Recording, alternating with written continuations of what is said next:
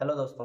आज के क्लास में हम लोग क्लास 10th का जो ऑब्जेक्टिव सीरीज लेकर के हम चल रहे थे, जिसमें अध्याय 2 का अध्ययन हम लोग पहले कर चुके हैं और अब अध्याय 3 में जो कि टॉपिक है दो चरों में रैखिक समीकरण युग्म, इसके बारे में अध्ययन करेंगे। उसमें भी ऑब्जेक्टिव का अध्ययन करेंगे विथ कॉन्सेप्ट, ताकि हमारा जो ये चैप्टर है इस चैप्टर का ऑब्जेक्टिव के साथ साथ बहुत सारे सब्जेक्टिव भी कवर हो जाए। तो सबसे पहले हम लोग ये देखते हैं कि ये जो दो चरों में रैखिक समीकरण है, इसमें एक बात है चर। इस चर के बारे में अध्ययन करते हैं। ये चर जो है, ये चर होता क्या है? तो चर एक ऐसी राशि होती है जिसका मान क्या होता है, हमेशा चेंज होता रहता है, जैसे कि X Y Z A B C वगैरह वगैरह। यानी कि बहुत सारे किसी का नाम हो सकता है, जैसे मान लीजिए कि कोई राजू है, राजू के पास जो है अभी 10 रुपए है, कल 100 रुपए, परसों। मीन्स राजू के पास जो राशि है ना, वो दिन प्रतिदिन क्या होते जा रहा है, चेंज होते जा रहा है। इस तरह से बहुत सारी राशि ऐसे होते हैं जिसका मान हमेशा चेंज होते रहता है, उसे हम लोग क्या कहते हैं, चर कहते हैं। इसी में एक अचर राशि होता है। तो ये अचर जो होता है इसका मान क्या होता है, कभी भी नहीं बदलता। जैसे अगर हम कह दें कि किसी के पास 1 लाख रुपया है, इसका मतलब उसके पास 1 लाख रुपया है। न कम हो सकता है ना ही ज्यादा हो सकता है। तो ये हमारा क्या है, कांस्टेंट है, अचर राशि है। लेकिन ये क्या है, चर राशि, जिसमें ABCD वाले जितने भी लेटर होते हैं, वैसे मैथमेटिक्स की भाषा में हम लोग उसको चर कहते हैं, जबकि जो है सो चर राशि बहुत सारे होते हैं। और अब क्या है कि रैखिक समीकरण। रैखिक समीकरण क्या होता है? तो रैखिक मीन्स होता है वैसा राशि या वैसा समीकरण कह सकते हैं जिसमें चर चर का घात हो 1, उसको हम लोग क्या कहते हैं, रैखिक समीकरण।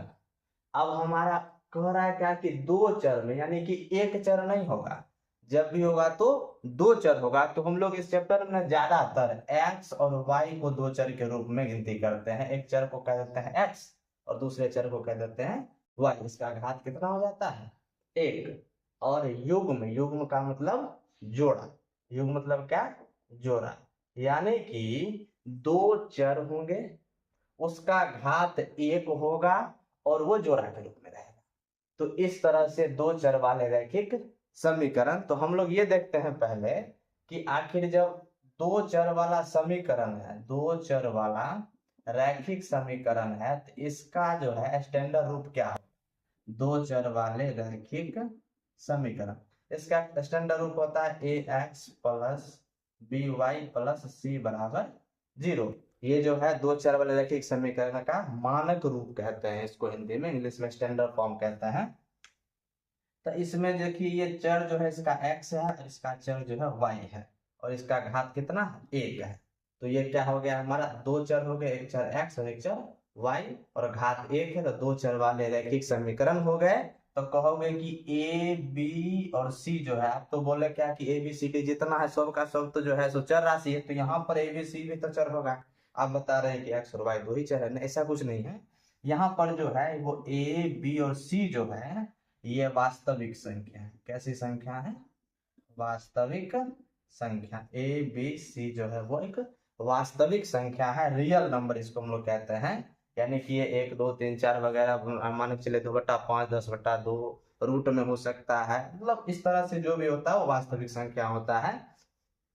तो ये जो ए बी और सी जो है क्या है, वास्तविक संख्या, जिसमें ये ए और बी 0 के बराबर नहीं हो सकता। ए भी 0 के बराबर नहीं हो सकता और बी भी 0 के बराबर नहीं हो सकता। अगर 0 के बराबर हो गया तो क्या होगा ना, कंडीशन आता है ना कि 0 के बराबर नहीं हो सकता, अगर हो गया तो क्या होगा। तो वो भी हम लोग देखते हैं कि अगर ये 0 के बराबर हो गया तो क्या होगा।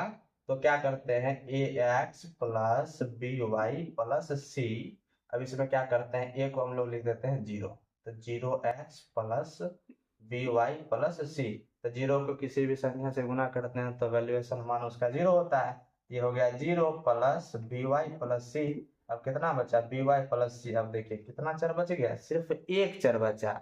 हमें क्या चाहिए, दो चर, और यहाँ पर एक चर है, इसीलिए ए का मान 0 नहीं हो सकता। बी का भी मान अगर हम 0 रखते हैं यहाँ पे तो हो जाएगा ए एक्स प्लस बी को, बी का मान 0, तो 0 को वाई से गुणा करेंगे 0 प्लस सी बराबर 0 हो जाएगा। तो यहाँ पर भी सिर्फ और सिर्फ एक ही चर बचेगा, वो भी x बचेगा। इसीलिए हम लोग जो है वो क्या करते हैं कि x का जो मान होता है a का मान और b का जो मान होता है उस जीरो को हम उसको क्या कहते हैं, जीरो नहीं हो सकता है। वो जो है कैसी संख्या है, वास्तविक संख्या है। अच्छा, एक छोटी सी बात और है कि जीरो भी वास्तविक संख्या है, तो कह सकते हैं ना कि आखिर ये जीरो क्यों नहीं हो सकता। तो इसीलिए नहीं हो सकता क्योंकि जीरो रखने पर जो दो चर है वो सिर्फ एक चर बचेगा, इसलिए हम लोग क्या कह सकते हैं कि जीरो नहीं हो सकता। लेकिन जीरो भी वास्तविक संख्या है।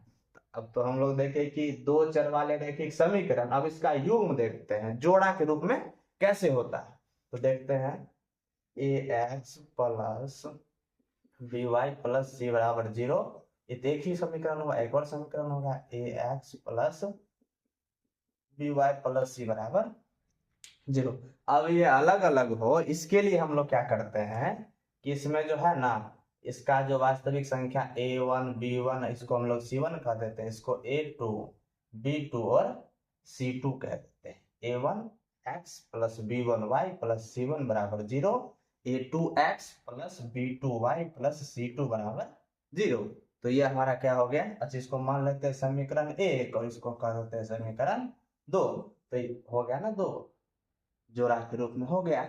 यही हमारा क्या होता है, दो चरों में रैखिक समीकरण का युग्म। कॉन्सेप्ट के साथ ऑब्जेक्टिव पढ़ना है बच्चों, क्योंकि जो है कॉन्सेप्ट जब तक नहीं पता होगा तो आगे का काम नहीं होगा। हम डायरेक्टली जो है ये कर लें कि ये विरोधी है, ये समांतर है और विरोधी है, आप सब लोग पढ़े होंगे, लेकिन इसको एक बार रिपीट हम लोग कर लेते हैं ऑब्जेक्टिव के साथ, हमारा ऑब्जेक्टिव भी हो जाएगा और साथ ही साथ रिपीट भी हो जाएगा। अब इसमें जो है ना एक बात है, पहला क्वेश्चन ही पहले देख लेते हैं हम लोग। क्या कहा कि एक रैखिक समीकरण के दो हल संभव है, तीन हल संभव है, अनगिनत हल संभव है, अद्वितीय हल संभव है।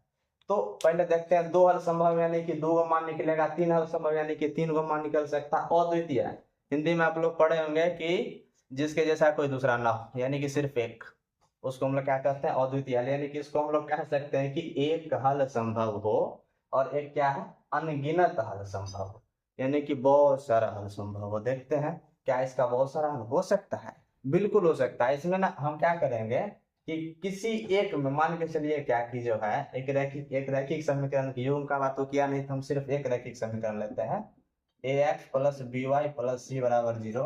इसमें क्या करते हैं हम, चलिए एक कॉमन ऐसे लिख देते हैं, एक समीकरण लिखते हैं 2x प्लस 3y प्लस 10 बराबर जीरो। इसमें क्या करते हैं x का मान अगर दो रख लें खुद के मन से, कोई जरूरी नहीं है कि दिया हुआ रहे तभी कर सकते हैं, खुद के मन से अगर x का मान दो रखेंगे तो y का मान कुछ निकलेगा, x का मान 3 रखेंगे y का मान कुछ और, x का मान 4 रखेंगे y का मान कुछ और, y का मान भी रख सकते हैं, y का मान 2 रख दें, y का मान 10 रख दें, y का मान -10 रख दें, कुछ भी रखेंगे तो x का मान निकल जाएगा। यानी कि इसका कोई लिमिट ही नहीं है कि कितना मान रखा जा सकता है। तो इसलिए हम लोग कह सकते हैं कि जो एक रैखिक समीकरण है उसके अनगिनत हल संभव हैं। अब हम लोग नेक्स्ट क्वेश्चन देखेंगे। नेक्स्ट क्वेश्चन में ना दो समीकरण दिया हुआ है, यानी कि इस रूप में समीकरण दिया हुआ है, यानी कि क्या कि समीकरण का युग्म दिया हुआ है कि 2x माइनस 4y माइनस 3 बराबर जीरो और x माइनस 2y प्लस 5 बराबर जीरो के कैसे समीकरण के निकाय होंगे। तो कहा विरोधी, अनगिनत और विरोधी अद्वितीय है, तो कुछ अलगे बात आ गया।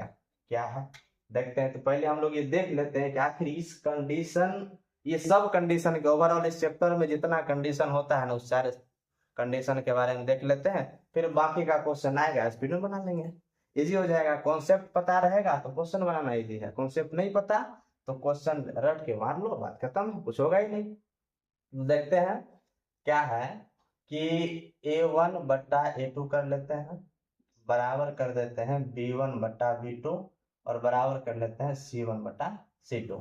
अगर a1 बट्टा a2 बराबर b1 बट्टा b2 बराबर होगा c1 बट्टा c2 के, तो इसके जो हल होंगे ना वो अनगिनत हल होंगे। कैसे हल होंगे, अनगिनत, यानी कि इसको हम लोग ना अनंत हल भी कहते हैं। एक क्या बात है, अनगिनत हल बोले या अनंत हल बोले, इस इंटर में जाने के बाद थोड़ा थोड़ा सा चेंजिंग होता है।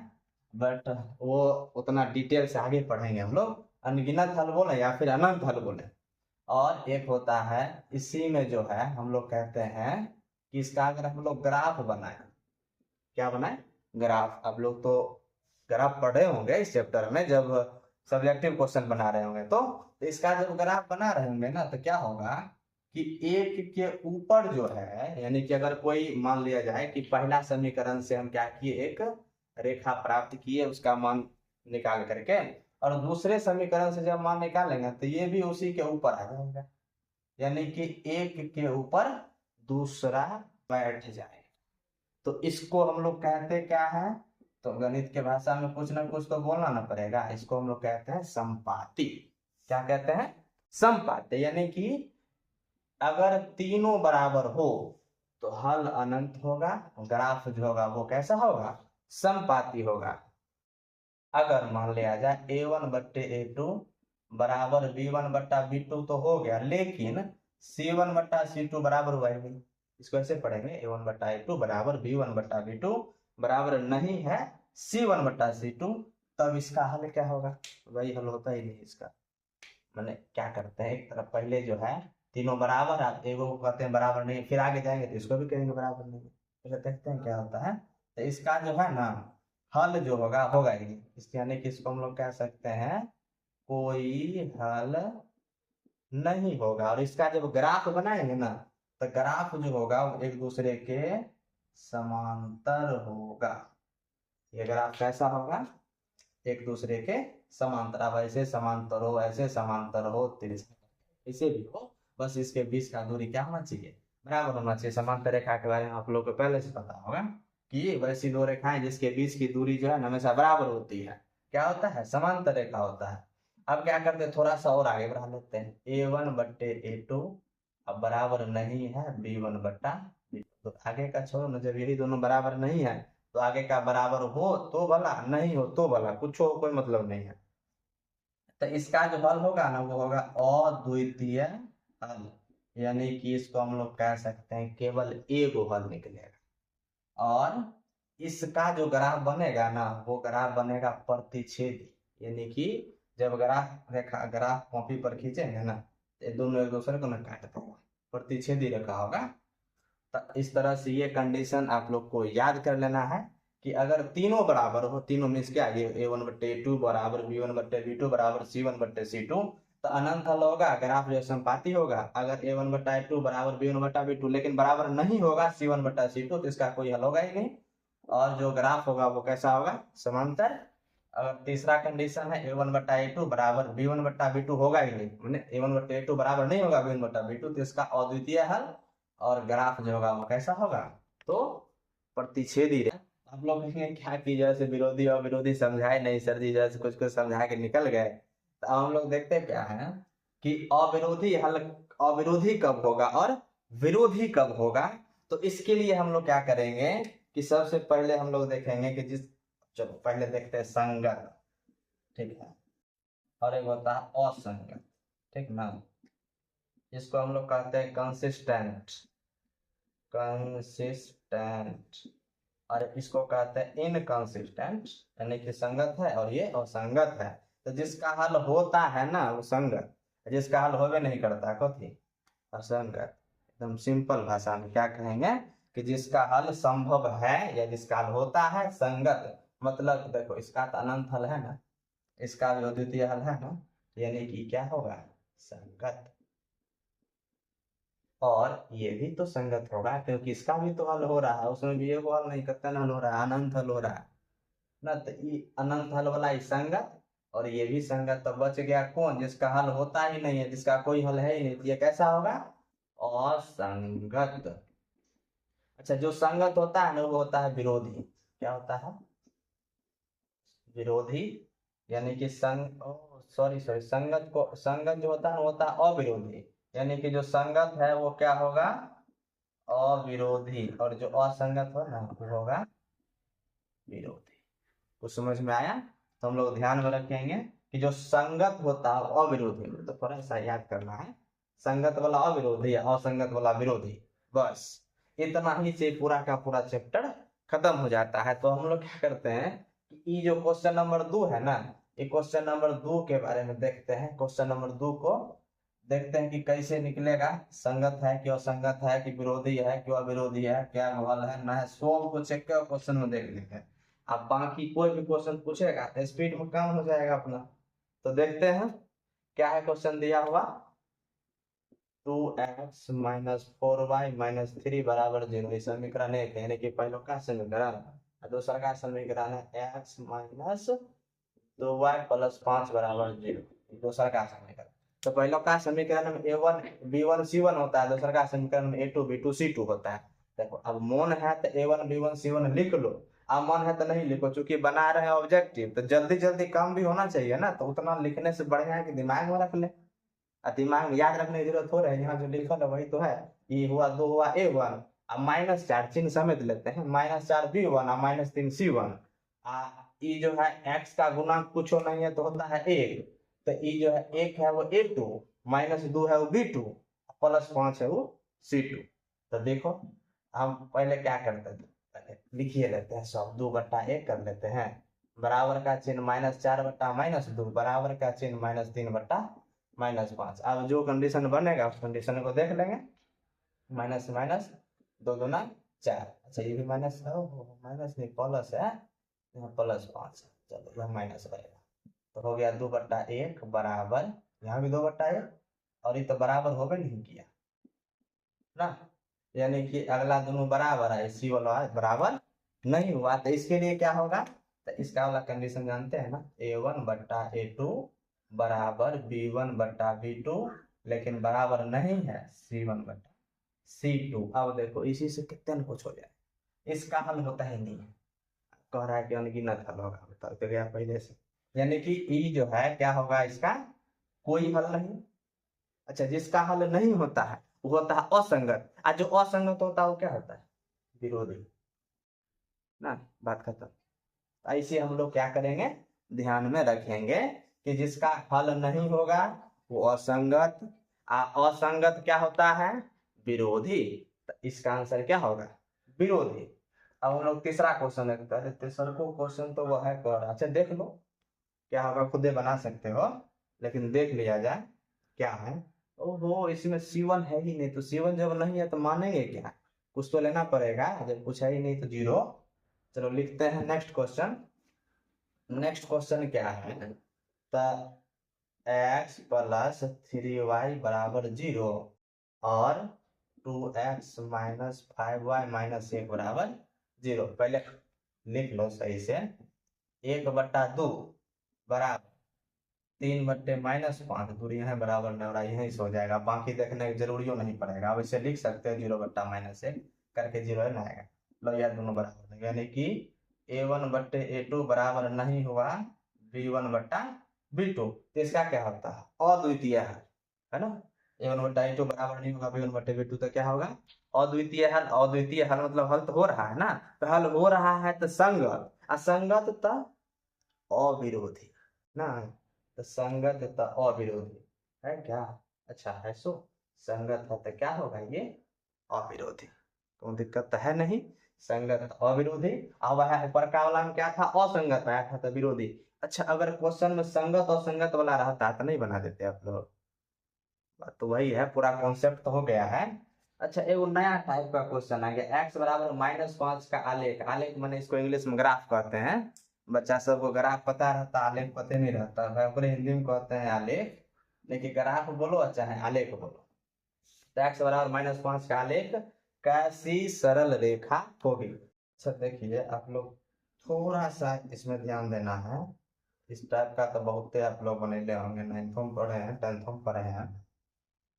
ये 0, ये x और सॉरी x बोले पहले, ये ना होता है x x dash y y dash, ये 0, अब इधर वाला आ जाए +1 -1 लिखते हैं फटाफट स्पीड में, एक प्लस वाला नहीं लिखते, 2 3 4 5, 1 2 3 4 5, इधर से हो जाएगा -1 -2 -3 -4 -5, -1 -2 -3 -4 -5। अच्छा देखते हैं 5 तक था तो हम 5 तक बना लिए, अच्छा, इसमें जो है ना जिधर डैश लगल होता है उधर माइनस वाला लगा देते हैं, यानी कि एक्स डैश है तो माइनस वाला, जिधर डैश नहीं होता उधर प्लस वाला लिख देते हैं।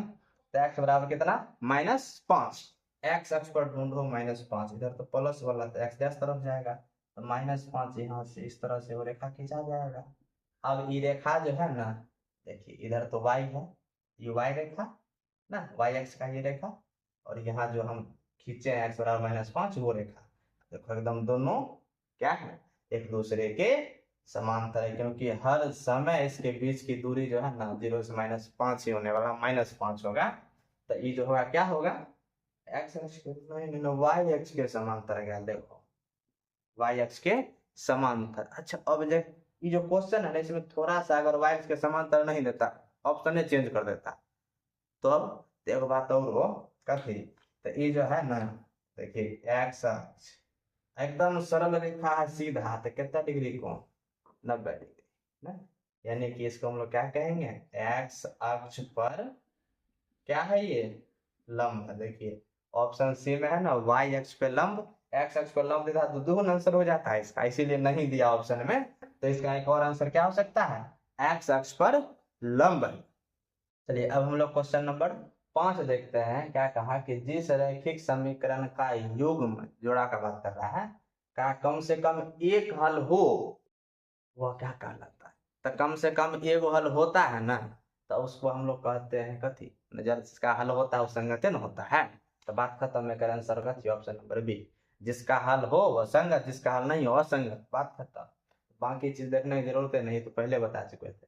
क्वेश्चन नंबर 6 है, यदि A1 B2 बराबर नहीं है A2 B1, देखो पहले क्वेश्चन ना बड़ा आसानी से दे देता है, अब थोड़ा हमारा घुमाने लगा, जब से बहुत ऑब्जेक्टिव पूछने लगा तब से, तब समीकरण निकाय A1 x plus B1 y plus C1 बराबर 0, ये तो युग्म ही दिया हुआ है, तो हम उस कंडीशन को पहले लिखते हैं, क्या है, A1 B2 बराबर नहीं है किसके, A2 B1। अच्छा देखो इसमें जो है ना हम लोग क्या करते हैं, A1/A2 बराबर B1/B2, ऐसा ही कुछ ना होता है, तो A1 के बटा में A2, B1 बटा में B2, C1 बटा में C2 करके देखते हैं कि क्या कंडीशन बन रहा है। इधर का A1 ऐसे रहते हैं, इधर बराबर के एक तरफ गुना में दूसर का तरफ भाग में, तो A1/A2 बराबर का चिन्ह नहीं, मतलब बराबर नहीं है, इधर से B1/B2, देखो एक एक गुना करके ना करके लिख दिया था, अब घुमा के पूछ दिया, अब बच्चा घूमते रहेगा रे की पूछ रहा है ना, तो A1/A2 बराबर नहीं है B1/B2, इसका क्या होता है, तो अद्वितीय है, खत्म। अब क्वेश्चन नंबर 7 देख लेते हैं, एकदम इजी, वही बात है ना कि कॉन्सेप्ट पढ़ लिए तो इजी, अब कॉन्सेप्ट नहीं पढ़ते तो घूमते रहते रहे क्या हो रहा है, ये क्या सर जी बता रहे हैं कि अद्वितीय हल है, ये है वो है कुछ भी ना, तो कॉन्सेप्ट जानना ज्यादा जरूरी है। क्वेश्चन नंबर 7 देखते हैं, का समीकरण निकाय x प्लस 2y बराबर 3 और 5x प्लस ky बराबर 15 के अनगिनत हल होने के लिए के का मान पूछ रहा है। देखो एकदम इस चैप्टर का सबसे ज्यादा इंपॉर्टेंट क्वेश्चन, के का मान पूछ रहा है, हल कैसा होना चाहिए, अनगिनत। अनगिनत हल होने का कंडीशन हम तो लिख देते हैं, आप लोग को लिखना नहीं है, ये दिमाग में रखना है, A1/A2 बराबर B1/B2 बराबर C1/C2। सब बच्चा के जैसे नहीं होता है, किसी को बहुत तेज होगा कोई कोई, तो ओकरा सब पते रहेगा, जे नहीं पता है जरा तो देख न लेगा एक बार कि क्या होता है कंडीशन, तो ई तो कंडीशन है, अब पहले क्वेश्चन लिखना पड़ेगा। क्वेश्चन क्या है, x प्लस 2y बराबर 3। अच्छा ये तो ऐसे मानक रूप तो ऐसा होता नहीं है, मानक रूप देखो यहाँ मानक रूप वाला भी क्वेश्चन है तो हो ही गया, मानक रूप इस तरह से, यानी कि सी को भी हम लोग एक ही साइड लेके आ जाएंगे, तो इसको हम लोग जो है डायरेक्ट लिख देते हैं -3 बराबर 0, कोनो दिक्कत है नहीं, आप लोग 10th के हैं, इतना तो पता होगा, 5x प्लस ky -15 बराबर 0, बराबर के एक तरफ प्लस में 15 दूसरा का तरफ जाएगा तो -15, क्यों होता है -15, ये चीज अपने से पता कर लीजिएगा कि एक तरफ माइनस में दूसरी तरफ प्लस में, एक तरफ प्लस में दूसरी तरफ माइनस में क्यों होता है ना। देखते हैं आगे हम लोग क्या करते हैं, A1/A2 यानी कि 1/5 बराबर B1/B2, तब B के जगह 2 के बटा में के, अच्छा इधर चिन्ह समेत -3 बट्टा -15 कटेगा, 3 5 15, देखो यहाँ पर 1/5 बराबर 2/k और बराबर में 1/। देखो ये तीनों बराबर है, तो तीनों में से केकरो केकरो बराबर कर दो तुम, केकरो केकरो मने किसी को भी किसी के बराबर कर दो तो हो जाएगा, मान निकल जाएगा। मन है तो दोनों के बराबर करके निकाल दो, और ना किसी को मन होगा ना इधर का बराबर नहीं करेंगे तो इधर का बराबर करके निकाल दो। देखो निकालते हैं, 1/5 बराबर कथी 2/k। इसका हम लोग जब वज्र गुणन करते हैं यानी कि कोना कोनी गुणा गुणा, तो k का गुना 1 के साथ करेंगे तो k बराबर 5 गुना 10, तो k का मान कितना निकल गया 10। ऑप्शन नंबर बी इसका सही आंसर। नेक्स्ट क्वेश्चन देखते हैं। अरे बीच में बिजली कट गया था इससे नजरिया हो गया था। अब हम लोग नेक्स्ट क्वेश्चन देखते हैं कि a का मान जिसके लिए समीकरण निकाला है कितना दिया हुआ है 10 प्लस 5y बराबर a-5। एक और समीकरण है 20x plus 10y minus a बराबर 0 के अनगिनत हल हो, तो a का मान हमसे पूछ रहा है कि a का मान कितना होगा। देखते हैं। अब तो आपको पता चल गया होगा कि अनगिनत हल होने के लिए कंडीशन क्या होता है। तो क्या होगा कंडीशन, पहले तो समीकरण हम लिख लेते हैं, आप लोग नहीं लिखना है समीकरण। बराबर के एक तरफ a-5 है तो इसको ब्रैकेट के अंदर रख करके इधर माइनस में लेके आ जाते हैं, बराबर ही है। c का मान जो है a-5 बराबर के एक तरफ दूसरी तरफ जाके माइनस में, दूसरी तरफ एक तरफ प्लस में था, ये समीकरण एक है। और एक समीकरण हमारे पास है कितना 20x plus 10y minus a बराबर 0।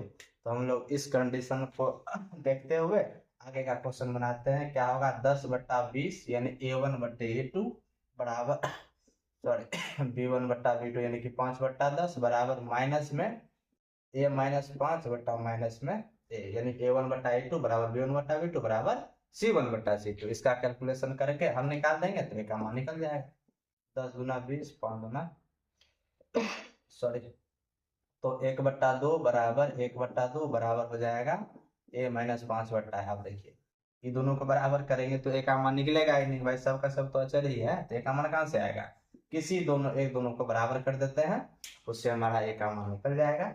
लिखते हैं 1/2 बराबर a-5/a बाय क्रॉस मल्टीप्लीकेशन यानी कि वज्र गुणन करने पर करते हैं। a का गुना 1 के साथ करेंगे a, 2 का गुना 1 के साथ करेंगे 2a, और 2 का गुना 5 के साथ करेंगे 10। यहाँ प्लस गुना माइनस माइनस। चलिए a प्लस में एक तरफ सब एक ए वाला सब एक तरफ, बिना ए वाला सब एक तरफ होता है ना, तो -2a बराबर माइनस का 10, ए में से -2a घटा तो माइनस ए बराबर -10, माइनस माइनस कैंसिल, इसलिए ए का वैल्यू कितना हो गया 10।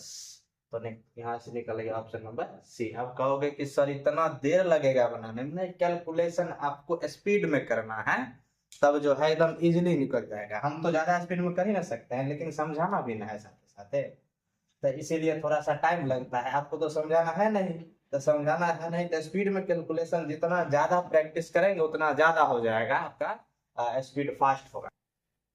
क्वेश्चन नंबर 9, ए का मान जिसके लिए समीकरण निकाय ax-y बराबर 2, 6x-2y बराबर 3 का अद्वितीय हल होगा। कैसा हल है, अद्वितीय हल। तो पहले समीकरण लिख लेते हैं ax-y-2 बराबर 0। एक समीकरण है 6x माइनस में 2y माइनस 3 बराबर 0। यहाँ से अद्वितीय हल होने का कंडीशन पता है, क्या पता है, तो a1/a2 बराबर नहीं होगा b1/b2। देखते हैं a1 का मान a, a2 का मान 6 बराबर नहीं है, b1 का मान -1 कुछ नहीं है तो -1 और b2 का मान -2, ये माइनस माइनस कैंसिल आउट हो गया। तो 1 का गुना 2 के साथ करेंगे तो हो जाएगा 2a बराबर नहीं होगा, 6 का गुना 1 के साथ करेंगे 6, 2 तिहाई 6, a का मान किसके बराबर 3 के बराबर नहीं होगा। देखिए है ना ऑप्शन नंबर बी में कि a का मान 3 के बराबर नहीं होगा, तब उसके लिए समीकरण का जो हल होगा वो कैसा होगा, अद्वितीय होगा। चलिए अब हम लोग नेक्स्ट क्वेश्चन नंबर 10 देखते हैं। क्या है कि समीकरण निकाय x + 2y बराबर 5 into ax plus a minus b into y बराबर 10 के अनंत हल हैं। तो इस ऑप्शन के हिसाब से मान निकालना है कि क्या है। तो क्या क्वेश्चन है कि अनंत हल हैं, तो अनंत हल होने के कंडीशंस आपको पता है। पहले हम लोग क्वेश्चन लिखते हैं x + 2y - 5 बराबर 0। और एगो समीकरण A X plus A minus B into Y minus 10 बराबर 0।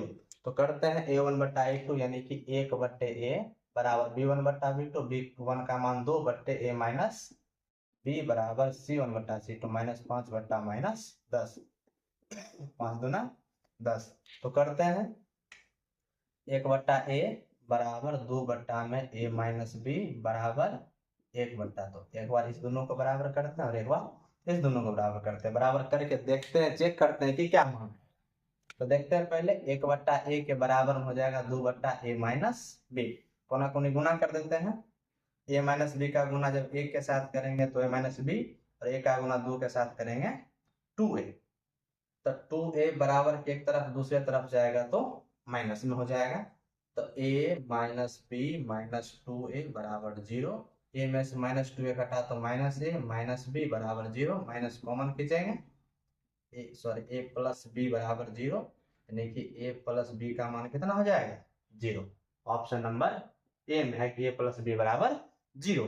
अच्छा, एक बार इस दोनों को भी तो बराबर करके बनाया जा सकता है। 2 बट्टा ए माइनस बी बराबर 1 बट्टा 2। ए माइनस बी का गुना 1 से करेंगे तो ए माइनस बी बराबर 2 दूनी 4। एक ऑप्शन ये भी होगा ए माइनस बी बराबर 4। ऑप्शन में नहीं है कोई बात नहीं, एक नया ऑप्शन बना लेते हैं ए माइनस बी बराबर 4। इसका दोनों ऑप्शन होगा, ऑप्शन ए प्लस बी बराबर 0, ए माइनस बी बराबर 4। करने को दोनों विधि से बनेगा। जिस ऑप्शन के हिसाब से जो मान निकला उसको आराम से हम लोग क्या करेंगे, आंसर में बना देंगे। अब नेक्स्ट क्वेश्चन हमारा क्या है, ये क्वेश्चन इस चैप्टर का मोस्ट इंपोर्टेंट क्वेश्चन है, लेकिन कभी कभार पूछता है, चूंकि बहुत बड़ा क्वेश्चन है। अब हर बार नहीं पूछेगा, ये हाई लेवल का क्वेश्चन है। किसी त्रिभुज में दो कोणों का योग तीसरे कोण के बराबर है। तो यदि दो कोणों का अंतर 30 डिग्री है तो त्रिभुज के कोण। पहले कॉन्सेप्ट पढ़ते हैं, फिर direct with option, direct option से आंसर बनाएंगे। तो देखो क्या है, एक त्रिभुज बनाएंगे, ये x, ये y और ये z। क्या कहा, दो कोणों का योग मान लेते हैं x प्लस वाई। दो कोण मिला के तेसर कोण के क्या है बराबर, मान लेते हैं ऐसा हो गया। दो कोण का अंतर और 30, चलो दो कोण का अंतर है 30 डिग्री। इससे क्या कैलकुलेशन करें, कुछ नहीं होने वाला। अच्छा, एक बात हम जानते हैं कि त्रिभुज के तीनों कोणों के माप का योग कितना, 180 डिग्री। लिख दो x plus y plus z बराबर कितना डिग्री, 180 डिग्री। अब देखो x प्लस वाई का मान कितना z, तो लिख देते हैं z प्लस जेड बराबर कितना डिग्री, 180 डिग्री। तो 2 गो z बराबर 180 डिग्री, तो z का मान निकल गया कितना डिग्री, 90 डिग्री। लो सॉरी, z का मान कितना निकल गया 90 डिग्री। अब इसका कैलकुलेशन करते हैं, x प्लस वाई बराबर 90 डिग्री, इसको समीकरण 1, और एक दिया हुआ x माइनस वाई बराबर 30 डिग्री, समीकरण 2। विलोपन विधि से आराम से x y का मान निकालते हैं, बस हो गया। z का मान तो निकल गया, x y का मान निकालता है वैसे पता है, और z का मान 90 डिग्री। अच्छा, दो ऑप्शन में है, एक ऑप्शन में था तो डायरेक्ट यहीं से आंसर लगा देते हैं। y से y कट गया, यहाँ से बचा 2x बराबर 120 डिग्री। तो x का मान निकल गया कितना 60 डिग्री। x का मान 60 डिग्री, दो मिला के 90 डिग्री, तो y का मान कितना हो जाएगा 30 डिग्री निकल गया। x का 60 डिग्री, y का 30 डिग्री, z का मान 90 डिग्री है ना। ये ऑप्शन नंबर ए में है, 60 डिग्री 30 डिग्री 90 डिग्री, बस। और तो कोई ऑप्शन है ही नहीं। अच्छा, ऑप्शन से कैसे बनाएंगे, तो देख लिया जाए। क्या कहा कि दो कोण का योग जो है तेसर का कोण के बराबर। देखो दोनों कोण को जोड़ो, 60 30 90, तेसर का कोण 90 बराबर हो गया। कहोगे सर जी इसमें भी तो दोनों कोण का योग 90 बराबर है। यहाँ पर अगला कंडीशन भी तो है, यदि दो कोणों का अंतर 30 डिग्री है, यहाँ दोनों कोणों का अंतर 0 डिग्री, यहाँ दोनों कोण का अंतर 30 डिग्री है ना, तो सही ऑप्शन है। बाकी तो है ही नहीं, किसी में तो दो कोणों का योग तेसर कोण के बराबर नहीं हो रहा है। तो हम लोग डायरेक्ट ऐसे भी बना सकते हैं, जिसका दिमाग तेज चलेगा ऐसे बना लेगा, नहीं चलेगा तो उससे भी ज्यादा दिमाग लगाना पड़ेगा, तब जाके ये बनने वाला है। चलिए हम लोग नेक्स्ट क्वेश्चन देखते हैं। क्या कहा कि यदि किसी त्रिभुज के दो कोणों का योगफल तीसरे कोण के 7/5 गुने के बराबर है तथा उन दोनों कोणों का अंतर 15 डिग्री है, तो इस त्रिभुज के कोण होंगे। आंसर इसका दिया हुआ, आंसर बना दिए। सेम क्वेश्चन है, इसको आप लोगों को घर पे एक बार प्रैक्टिस करना है और कमेंट में आके हाजिरी लगाना है, यस सर बन गया। ठीक है, बाकी नेक्स्ट क्वेश्चन देखते हैं। अगर किसी संख्या का इकाई अंक y और दहाई अंक x है तो अभिष्ट संख्या होगी। हम क्या करते हैं, मान लेते हैं पहले एक रैंडमली क्वेश्चन लेते हैं, कोई संख्या ले लेते हैं, जैसे मान लेते हैं 42 ले लिए, ठीक है। इसका इकाई अंक 2 और दहाई अंक 4। ये विस्तारित रूप है, पांचवा छठा का बच्चा को जो है पढ़ना होता है। तो इकाई अंक पर जो भी संख्या होता है उसमें हम लोग गुना करते हैं 1 से, और दहाई अंक में 2 से ना करते हैं 10 से करते हैं, दाई अंक में कितना गुना करते हैं 10 से, सैकड़ा में 100 से, हजार में 1000 से, उतना तो जाना ही नहीं है। जैसे हम चेक करके देखते हैं 42 आता है क्या, 4 दहाई पर है 10 से गुना करेंगे, 2 इकाई पर है तो 1 से गुना करेंगे, तो 4 दहाई 40 और प्लस तो आ गया ना 42। तो इसी तरह से अब इकाई अंक क्या है y, चलो इकाई अंक हमारा है y, दहाई अंक है x, ठीक है, दहाई अंक है x। तो संख्या बता दूं, तो दहाई में कितना से गुना, तो 10 से गुना, इकाई में सही है ना, दहाई में 10 से गुना और इकाई में 1 से गुना, हो गया ना, 10 को x से गुना करेंगे 10x प्लस y। किस ऑप्शन में है, ऑप्शन नंबर बी, 10x प्लस y। इस टाइप का एक क्वेश्चन है जो बहुत ही इंपॉर्टेंट क्वेश्चन है, तो ऑब्जेक्टिव है, छोटा सा है, आप लोग देख लेना उसको। नेक्स्ट है, यदि एक संख्या दूसरे से दुगुना है और दोनों का योग 27 है तो संख्या बताओ। पहला संख्या दूसरा का संख्या दुगुना, तो ऑप्शनों से चल सकते हैं। देखो पहले हम ऑप्शन से बता देते हैं, और फिर जो है सो कॉन्सेप्ट से ही बताएंगे, क्योंकि कॉन्सेप्ट जरूरी है। क्या कहा, एक संख्या दूसरे से दुगुना, देख पहला संख्या दूसरा संख्या, अब जरूरी नहीं कि पहलोकवे संख्या दूसरे से दुगुना होगा, चाहे दूसर के संख्या पहला दुगुना होगा, एक दिया रहता है उस सीक्वेंस में। तो देखिए दूसरा का संख्या पहला दुगुना है, 9 दूना 18, दोनों का योग 27 भी होगा, 9 19 8 27 हो गया। बाकी किसी में दोनों का दुगुना है ही, योग भले 27 उससे नहीं मतलब, ये दोनों का योग भी 27 उससे नहीं मतलब, तो ऐसे ही लिख दिया। तो इस तीनों में से ऑप्शन नंबर क्या होगा इसका, ए। ऑप्शन नंबर एक हम लगा देते हैं, ठीक, लेकिन अब इसका कॉन्सेप्ट देख लेते हैं कि आखिर कैसे बनेगा। तो पहला संख्या मान लेते हैं कि पहला संख्या या फिर एक संख्या, कोनो दिक्कत नहीं, कुछ मान लो x, और दूसरा का संख्या को y मान लेते हैं, उतना ना लिखने का जरूरत होता है, शॉर्टकट में बनाना है। तो पहला संख्या और दूसरा संख्या लोग कर दिए दुगुना, तो x माइनस 2y बराबर 0, समीकरण 1, और दोनों का योग यानी कि x प्लस y बराबर कितना 27, समीकरण नंबर 2। इसका हल करना है, मान बन जाएगा। अब देखिए यहाँ पर 2y है माइनस में, इसको भी अगर 2y प्लस में कर देंगे तो कट जाएगा, मतलब समीकरण 2 में कितना से गुना कर देते हैं, 2 से गुना करते हैं।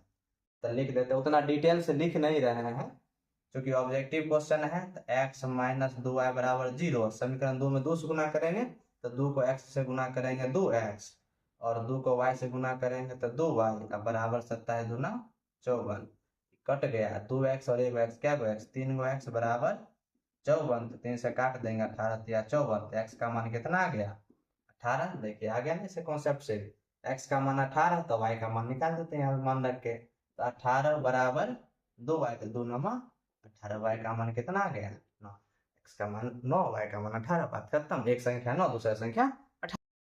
चलिए अब हम लोग नेक्स्ट क्वेश्चन देखते हैं, क्वेश्चन नंबर 15 का सरल रेखाओं x माइनस वाई बराबर 0 तथा x प्लस वाई बराबर 0 के प्रतिच्छेद बिंदु के निर्देशांक बनिए कि x और y का मान निकालना है। इतना सिंपल सा क्वेश्चन है, देखते हैं, लिखते हैं x माइनस वाई बराबर 0 और x प्लस वाई बराबर 0, विलोपन विधि से इसका हल करते हैं, x y का मान निकालेंगे, भाई आंसर y प्लस माइनस में कट गया, 2x बराबर 0, तो x का मान 0, तो x का मान 0, तो यहाँ से जो समीकरण 2 में इसको रख देते हैं मान, तो 0 प्लस y बराबर 0, तो y का मान 0, तो 0 0 जो है वही इसका सही आंसर होगा। अगला क्वेश्चन नंबर 16 है, यह एक भिन्न के अंश तथा हर का योगफल 18 है। देखिए कोई भी भिन्न बनता है ना तो उसमें अंश और हर होता है, अंश और हर का योगफल 18 है, यदि इसके हर में 2 जोड़ दें तो वह भिन्न 1/3 रह जाता है, तो भिन्न निकालना है। तो पहले भिन्न का अंश मान लेते हैं हम लोग, कितना है, अंश जो है x मान लेते हैं और हर को y मान लेते हैं, तो भिन्न क्या बनेगा हमारा x/y। तो अच्छा अब अंश और हर का योगफल 18 का, तो अंश x और हर y, तो x प्लस y दोनों मिला कितना 18, समीकरण 1। उसके बाद क्या, यदि इसके हर में 2 जोड़ते हैं तो अंश x और हर y, इसमें कितना जोड़ दें 2 जोड़ दें, तो भिन्न क्या बन जाएगा, भिन्न बन जाएगा 1/3, तो लिखते हैं 1/3, कोना कोनी गुना यानी कि वज्र, गुना 3 का x के साथ गुना 3x बराबर y प्लस 2 का गुना 1 के साथ करेंगे तो वही होगा। तो 3x माइनस वाई बराबर 2, समीकरण नंबर 2। अब इस दोनों का हल करेंगे, x और y का मान निकलेगा, x का मान जो होगा वो अंश और y का मान जो होगा वो हर निकल जाएगा। देखते हैं, तो ये प्लस में y और यहाँ पर माइनस y, तो कुछ नहीं करना, गुना भाग करने की जरूरत नहीं है। लिखते हैं x प्लस वाई बराबर 18 और इधर से है 3x माइनस वाई बराबर 2। करते हैं, कट गया 3x 1x 4x बराबर 18 2 20, 4 पंचे 20। x का मान कितना हो गया 5। x का मान यहाँ रख देते हैं, तो ये 5 प्लस वाई बराबर 18, तो y का मान कितना निकल गया 13। तो देखते हैं x का मान भिन्न क्या बना है, x बटे y, x का मान 5 और हर का मान 13, तो कितना बन गया हमारा भिन्न 5/13, option number B. Next question है 17 नंबर, 2x प्लस 3y बराबर 5 का आलेख, आलेख यानी कि ग्राफ पूछ रहा है।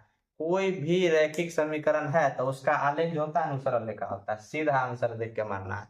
कोई भी सरल रेखा दे, चाहे जो है सरल रेखा का सरल रेखा सॉरी कर रहे हैं, रैखिक समीकरण दे, युग्म करके दे, कुछ भी करके दे, तो हम लोग क्या कहेंगे उसका आलेख जो होगा क्या होगा एक सरल रेखा। बस युग्म होगा तो वहां पे कंडीशन लागू होगा कि जो है सो ग्राफ प्रतिच्छेद करेगा, या फिर जो है सो समांतर होगा, या फिर समपाती होगा। वैसे अगर सीधे सीधे जो समीकरण दे रैखिक समीकरण, तो हम लोग क्या कहेंगे कि आलेख जो होगा कैसी रेखा होगा, सरल रेखा होगा। आशा करते हैं कि आप लोगों को ये वीडियो पसंद आया होगा।